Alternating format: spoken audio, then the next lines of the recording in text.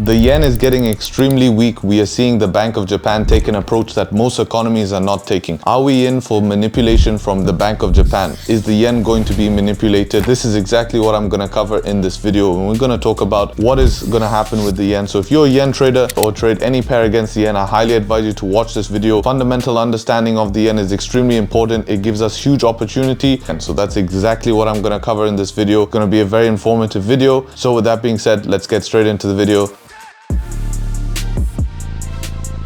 If you're new to the channel, welcome to the channel. Returning viewers, you guys know the drill. If we can do the YouTube business, leaving a like on this channel really does help push the information out to people who can benefit from this free content, which is what I would hope and my goal. And all my official links are down in the description. Please do not follow any other links. So drop me a follow on Instagram to keep updated and all of that good stuff. And if you enjoy the content, you can consider leaving a subscribe. All that YouTube BS out of the way.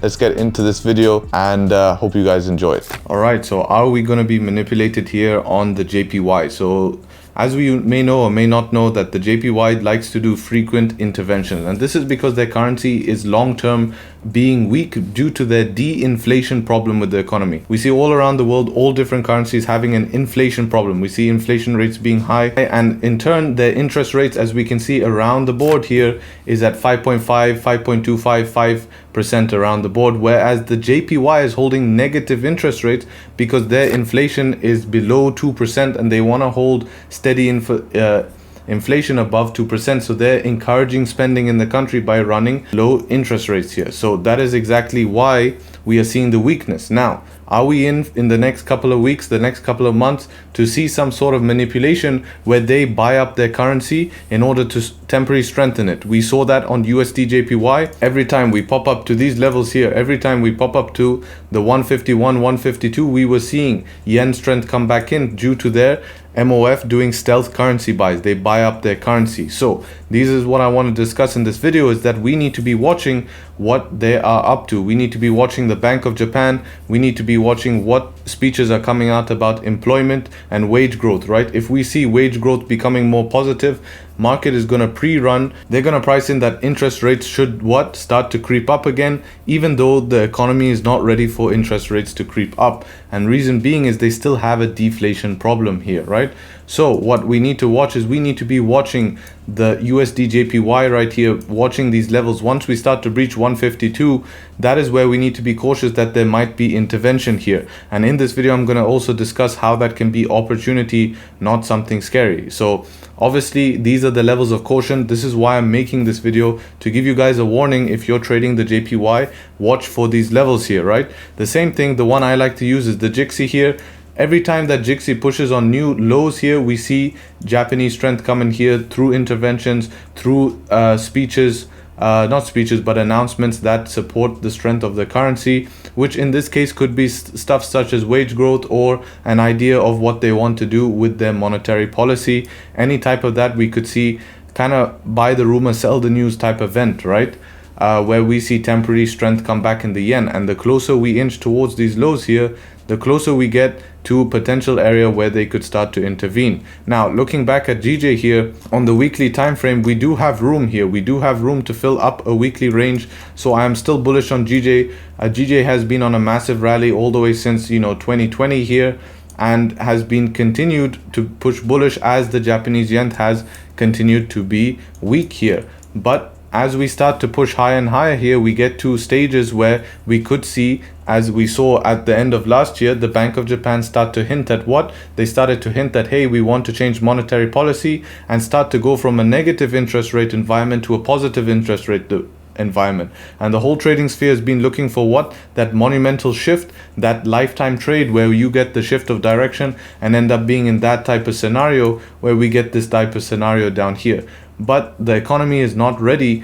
But that doesn't mean that we can't get speeches in the short term. That doesn't mean that we can't have the Bank of Japan speak and talk about wage growth, which will then, market will pre-run that, and basically they will price that in, and we will see these heavy downside moves.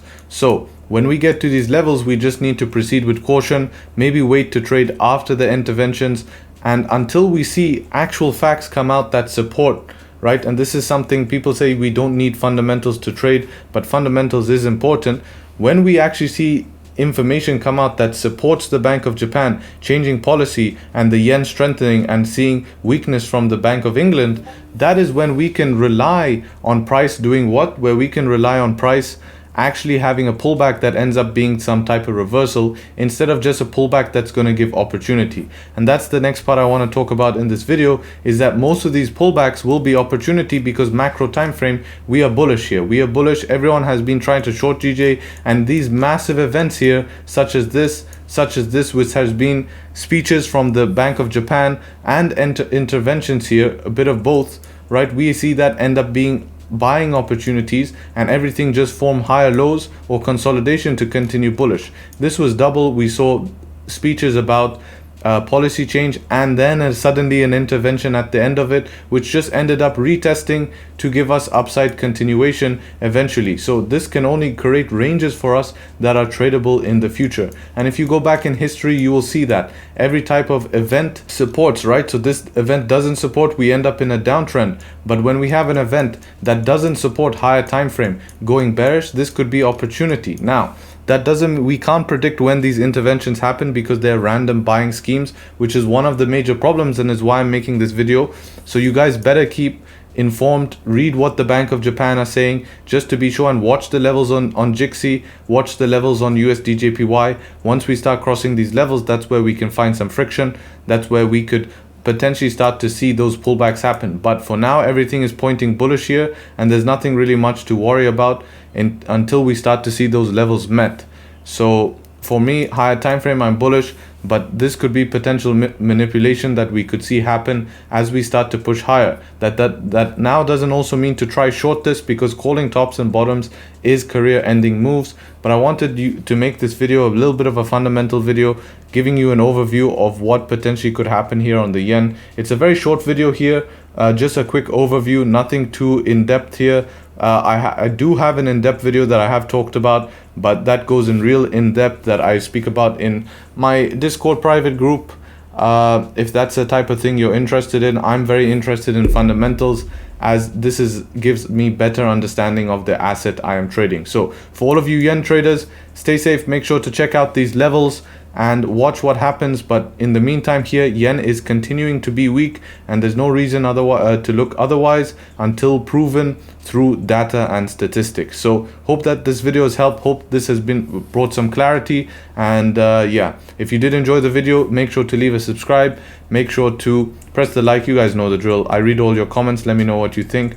And yeah, with that being said, thank you all, take care, trade sharp, and peace.